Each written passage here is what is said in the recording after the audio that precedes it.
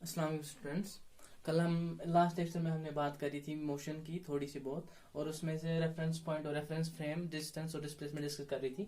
आज उसी टॉपिक को आगे लेते हुए हम और कुछ डिस्कस करना चाहते हैं। अब हमारा नया टॉपिक जो हमारे पास है, हमने डिस्टेंस और ये डिस्प्लेसमेंट कंप्लीट कर ली है, तो उसके बाद आता है सीधे हमारे पास यूनिफॉर्म मोशन, जो आपका नेक्स्ट टॉपिक है। हम उसी को डिस्कस करेंगे। आप यूनिफॉर्म मोशन।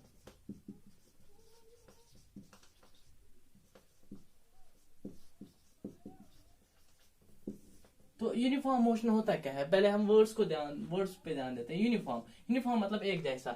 यूनिफॉर्म जब हम एक लिस्ट, हम सब तो स्कूल गए होंगे, हमने यूनिफॉर्म पहनी होती है, वो इसीलिए होती है ताकि सब एक जैसे दिखे, इसलिए हमने इसको वर्ड को ले लिया है यूनिफॉर्म। मोशन मतलब कल डिफाइन कर ही लिए है, तो मोशन मतलब जब विद रेस्पेक्ट टू टाइम उसकी पोजीशन चेंज होती हो। तो इसकी डेफिनेशन लिख लेते हैं हम। यूनिफॉर्म मोशन हो तो इस यूनिफॉर्म मोशन की डेफिनेशन लिखते हैं। A body is said to be in uniform motion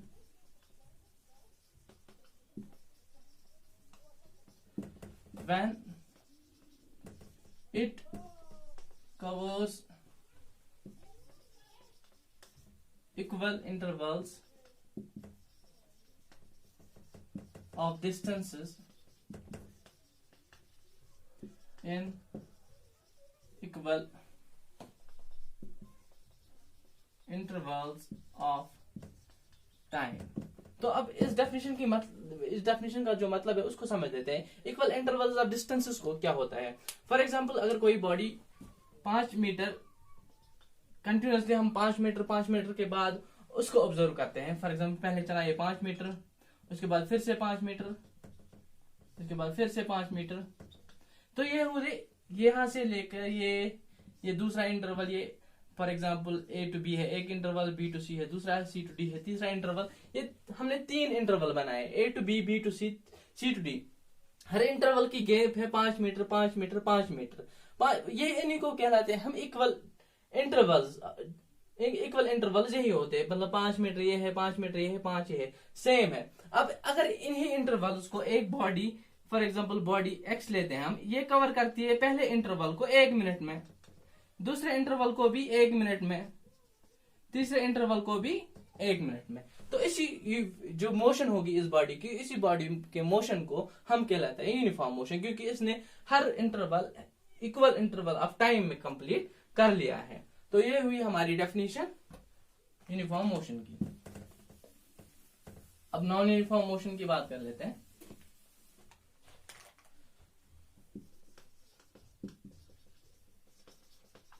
non uniform मतलब है इक्वल नहीं है। क्या इक्वल नहीं है? या तो टाइम इक्वल नहीं है, डिस्टेंसेस इक्वल है, या डिस्टेंसेस इक्वल नहीं है, टाइम इक्वल है। तो फिर देख लेते हैं इसको। पहले डेफिनेशन लिखते हैं। A body is said to be in non-uniform motion when it covers unequal distances in equal intervals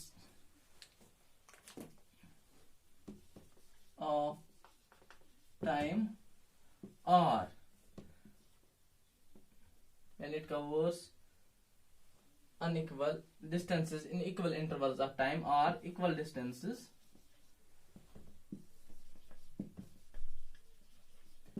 in unequal intervals of time।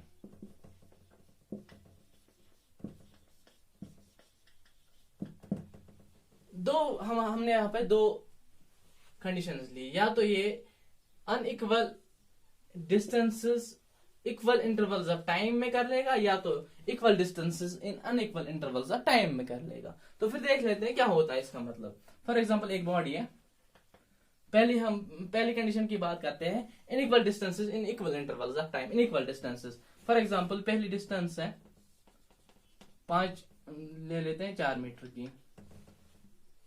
ध्यान में रखना है, हमने लेना है अनइक्वल डिस्टेंसेस। पहली 4 मीटर, फिर लेंगे दूसरी 3 मीटर, फिर नेक्स्ट 5 मीटर, फिर 6 मीटर, कुछ भी ले सकते हो आप, मैंने लिए इंटरवल्स ऐसे कुछ। तो क्या कर लेता है, in equal intervals of time, equal intervals of time, for example हमने मान लिया इस बॉडी ने पहले 4 मीटर 1 मिनट में कवर कर लिए, दूसरे भी 1 मिनट में, दूसरे 3 मीटर्स, फिर 5 मीटर्स भी 1, मतलब इसका मतलब ये है यहाँ पे इसकी वेलोसिटी मतलब कुछ होगी, फिर यहाँ पे तेज हो गया, फिर यहाँ से फिर कम, फिर कम वेलोसिटी, यहाँ पे वेलोसिटी तेज हो रही है, यहाँ पे कम हो रही है, यहाँ पे वेलोसिटी और तेज हो रही है, मतलब यूनिफॉर्म नहीं चल रहा है, यूनिफॉर्मली नहीं चल रहा है। दूसरी कंडीशन है, हम इसी को उल्टा कर लेते हैं। फॉर एग्जांपल इसको हम अब कन्वर्ट कर लेंगे, इसको हम टाइम को कर लेंगे कन्वर्ट डिस्टेंसेस में, ऊपर वाला मान लेते हैं टाइम। फॉर एग्जांपल पहला 1 metre, seconds seconds seconds seconds, पहला 1 मीटर 4 सेकेंड्स में, दूसरा मीटर 3 सेकेंड्स में, फिर थर्ड मीटर इसने 5 सेकेंड्स में, फिर फिफ्थ जो इसने मीटर कवर किया वो किया 6 सेकेंड्स में। तो हमने देख लिया ये इन अनइक्वल, मतलब इसकी यूनिफॉर्म वेलोसिटी नहीं है, चेंज होती जा रही है, कहीं पर तेज होता जा रहा है, कहीं पे स्लो होता जा रहा है। अब आगे हमने डिस्कस कर लेना है स्पीड और वेलोसिटी। मोशन तो आपको समझ आया होगा, अब स्पीड और वेलोसिटी की बात कर लेते हैं। स्पीड, ये जो है ना स्पीड, ये इसी से पता चलता है हमें, जैसे हम अभी बात कर रहा था मैं, ये कोई बॉडी यहाँ पे तेज चल रही है, यहाँ पे स्लो चल रही है, तो इसी स्पीड से पता चलता है हमें कौन बॉडी तेज चल रही है, कौन स्लो चल रही है। तो पहला हम पॉइंट लिख लेंगे इसमें, it tells us either a body is moving slow or fast। तो ये हमने पहली बात कर ली, ये क्या बोलता है हमें, इससे क्या पता चलता है, या तो हमें पता चलता है बॉडी फास्ट चल रही है या बॉडी स्लो चल रही है। तो दूसरा पॉइंट, मतलब अब हमने कैलकुलेट करनी है स्पीड। स्पीड कल ही मैंने बोला था, कुछ हिंदी थी मैंने, स्पीड हम डिस्टेंस पे डिपेंडेंट होती है, डिस्टेंस पे डिपेंडेंट होती है। तो हम स्पीड कैलकुलेट करने के लिए हमारे पास फॉर्मूला है, स्पीड ऐसे डिनोट करते हैं, speed equals to distance travelled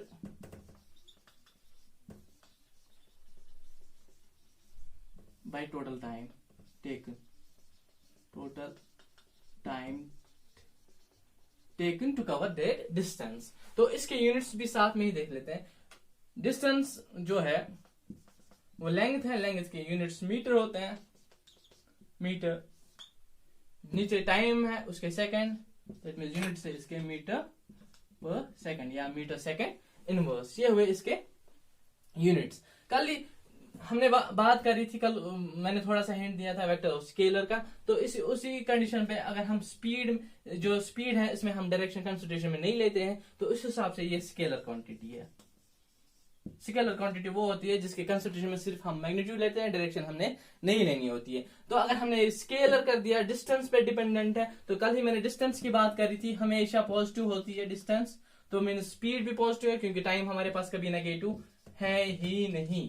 जब टाइम नेगेटिव नहीं है, ऊपर वाला भी पॉजिटिव है, नीचे वाला भी पॉजिटिव, पॉजिटिव बाय पॉजिटिव ही रहता है, तो स्पीड इज ऑलवेज पॉजिटिव। और स्पीड कभी जीरो हो सकती है, जीरो अगर हमारी बॉडी रेस्ट में होगी। But when a body is said to be in a motion, चाहे किसी भी तरह की मोशन हो, फिर उसकी स्पीड कभी जीरो नहीं हो सकती, स्पीड जीरो नहीं हो सकती, क्योंकि जब हमने बोला मोशन में है तो कुछ डिस्टेंस इसने कवर की होगी, जब डिस्टेंस कवर की होगी कुछ टाइम लिया होगा, कुछ टाइम लिया है, तो स्पीड जीरो नहीं हो सकती, स्पीड नेगेटिव नहीं हो सकती, स्पीड जीरो नहीं हो सकती। जीरो किसकी नहीं हो सकती, जो बॉडी मोशन में होगी। अब आगे बात कर लेंगे हाँ वेलोसिटी।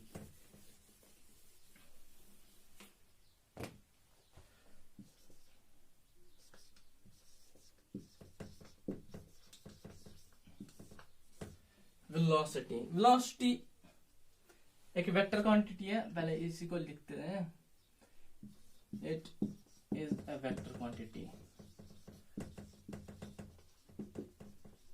कल ही बात करी थी वेक्टर की। वेक्टर क्वांटिटी वो क्वांटिटी होती है जिसमें हम दोनों कंसिडरेशन में लेते हैं। क्या क्या? एक मैग्नीट्यूड कंसिडरेशन में लेना है, दूसरा हमने डायरेक्शन भी कंसिडरेशन में लेना है। जब हमने बोला ये वेक्टर क्वांटिटी है तो आगे बहुत कुछ देखना पड़ेगा, हमने बहुत कुछ ध्यान में रख लेना है। पहले इसको डिफाइन सिंबलाइज, इसका सिंबल है v, इसका सिंबल है v। इसको हम डिफाइन करते हैं, speed is defined as velocity. Velocity is defined as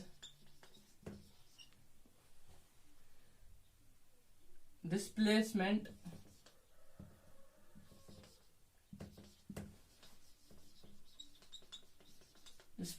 by time taken। याद रख लेना, स्पीड में हमने बात करी थी डिस्टेंस की, वेलोसिटी में हम बात कर रहे हैं डिस्प्लेसमेंट की। जब बात डिस्प्लेसमेंट की आई तो डिस्प्लेसमेंट में हमने कल बोला था डिस्प्लेसमेंट जीरो हो सकती है। दैट मीन्स अगर वेलोसिटी कोई बॉडी मोशन में है उसकी वेलोसिटी जीरो हो सकती है, स्पीड जीरो नहीं हो सकती। डिस्प्लेसमेंट है हमारे पास, डिस्प्लेसमेंट नेगेटिव हो सकती है, कल बात करी थी। अगर डिस्प्लेसमेंट नेगेटिव है तो उसका मतलब सीधे है वेलोसिटी भी नेगेटिव हो सकती है। अब इसके यूनिट्स देख लेंगे हम। वेलोसिटी के यूनिट डिस्प्लेसमेंट सीधे लेंथ है, लेंथ का मीटर आएगा, नीचे टाइम टेकन है वो सेकंड आएगा, जो मीटर पर सेकंड, मीटर सेकंड इनवर्स। दोनों के यूनिट सेम है स्पीड और वेलोसिटी के, बट डिफरेंस यही है स्पीड में हम डायरेक्शन कंसिडरेशन में नहीं लेते हैं, वेलोसिटी में हमें डायरेक्शन कंसिडरेशन लेनी होती है। अब आगे बात कर लेते हैं हम कब बोलेंगे चेंज कब होगी एक बॉडी की वेलोसिटी। एक बॉडी की वेलोसिटी कब चेंज होगी? वेलोसिटी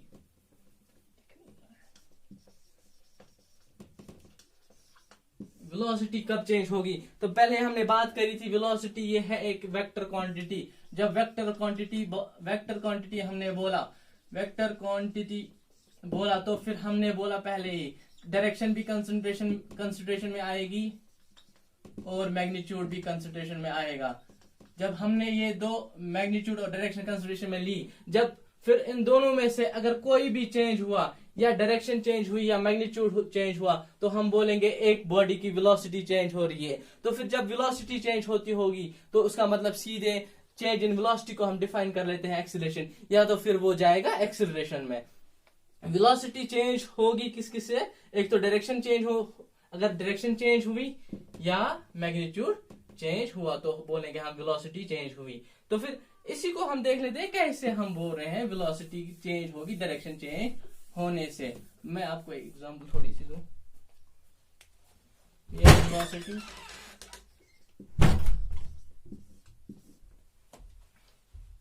फॉर एग्जांपल कोई बॉडी है यहाँ पे मूव कर रही है इस लाइन में, बॉडी मूव कर रही है इस लाइन में, यहां से स्टार्ट करा था इसने पॉइंट ओ से यहां तक गई सीधे, यूनिफॉर्म मोशन में थी।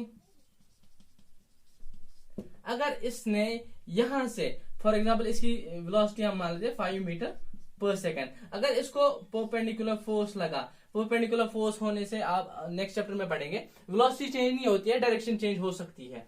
वेलोसिटी चेंज नहीं होती उस डायरेक्शन में, उसके परपेंडिकुलर डायरेक्शन में वेलोसिटी चेंज नहीं होती। अगर परपेंडिकुलर फोर्स हो तो इसकी डायरेक्शन चेंज होगी, यहां से डायरेक्शन, इसकी डायरेक्शन चेंज हुई यहां से। अगर यहाँ पे भी इसकी स्पीड 5 मीटर पर सेकंड ही रहेगी, अगर ये भी हुआ ना यहां से भी इसकी स्पीड 5 मीटर पर सेकंड है, बट इसने डायरेक्शन यहां चेंज की, अगर इसने डायरेक्शन यहां चेंज की हम बोलेंगे इसकी वेलोसिटी चेंज हुई, इसकी वेलोसिटी चेंज हुई। अगर वेलोसिटी चेंज हुई तो एक्सेलरेशन जरूर आएगी।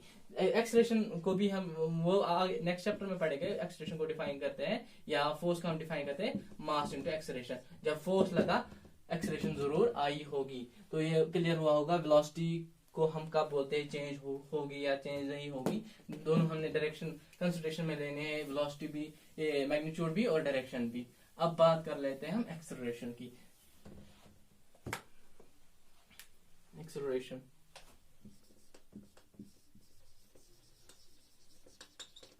थोड़ी देर पहले ही मैंने बात करी थी एक्सेलरेशन की, हमने बोला था चेंज इन वेलोसिटी को हम बोलते हैं एक्सेलरेशन। तो फिर डेफिनेशन लिख लेते हैं इसकी, change in velocity is known as acceleration.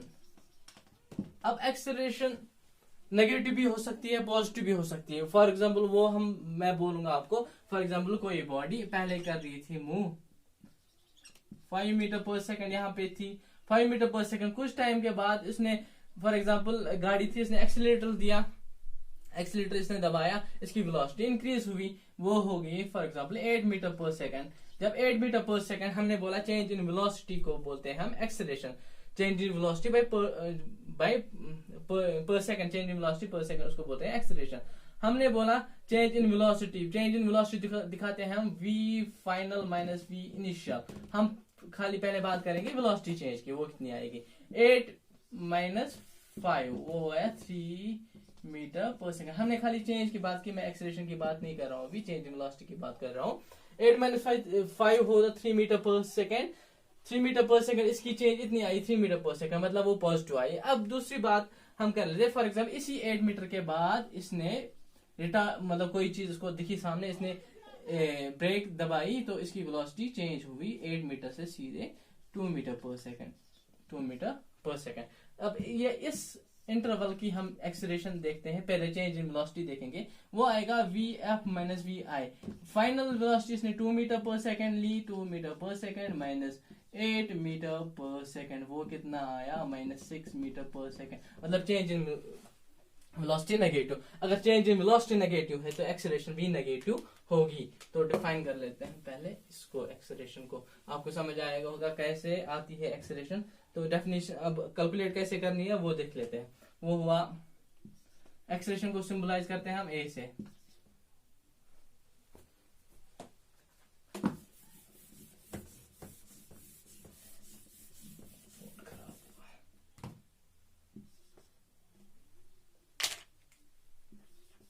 Acceleration को ए से सिंबलाइज करते हैं, वो लिखते हैं हम change in velocity by time,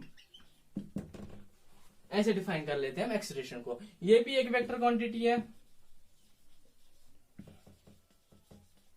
क्योंकि हमने बात की यहाँ पे वेलोसिटी की, वो भी वेक्टर क्वांटिटी है।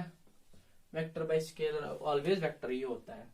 वेक्टर क्वांटिटी, एक्सेलरेशन भी वेक्टर क्वांटिटी। हमने बोला ए कैन बी नेगेटिव, उसी नेगेटिव एक्सेलरेशन को हम बोलते हैं रिटार्डेशन।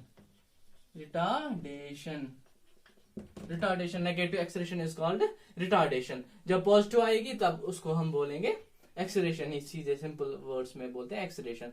अब ये हमने खत्म कर लिया एक्सेलरेशन इधर तक। एक्सेलरेशन अब खाली मैग्नीट्यूड चेंज होने से, कभी कभी डायरेक्शन चेंज होने से भी बोलते हैं, मतलब एक्सेलरेशन आ जाती है। वो जो मैंने अभी बोला था चेंज इन, जैसे वेलोसिटी ऐसे चल रहा था कोई बॉडी, फिर ऐसे फोर्स लगा, यहाँ पे फोर्स लगा, दैट मींस सीधे एक्सेलरेशन आई, F is equal to ma। अब नेक्स्ट लेक्चर में हम डिस्कस करेंगे सर्कुलर मोशन।